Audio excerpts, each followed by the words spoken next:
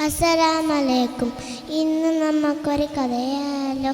കഥയുടെ പേര് രണ്ടു കാക്കകൾ.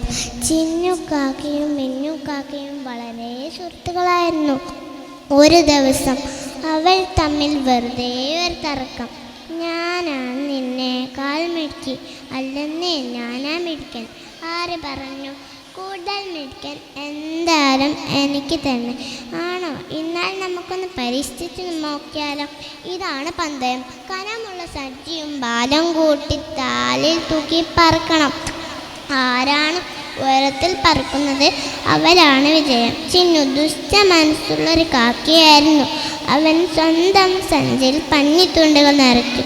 മിന്നുവിൻ്റെ സഞ്ചിയിൽ പക്ഷേ ഉപ്പാണ് നിറച്ചത്. ഒരുവിധം പറക്കാൻ തുടങ്ങി. ചിന്നു മിന്നുവിനെ കാട്ടുയരത്തിൽ പറന്നു. കാരണം അവൻ്റെ സഞ്ചിക്കുണ്ടി ഉണ്ടായിരുന്നത് കനമില്ലാത്ത പഞ്ഞിത്തുണ്ടുകളായിരുന്നുമല്ലോ. അവൾ പറന്ന് അല്പം കഴിഞ്ഞപ്പോൾ മഴ ചാറാൻ തുടങ്ങി. ചിന്നുകാക്കൻ്റെ പഞ്ഞിത്തുണ്ടുകൾ നനഞ്ഞു കുതിർന്നു. അതിൻ്റെ ബാലം കൂടി.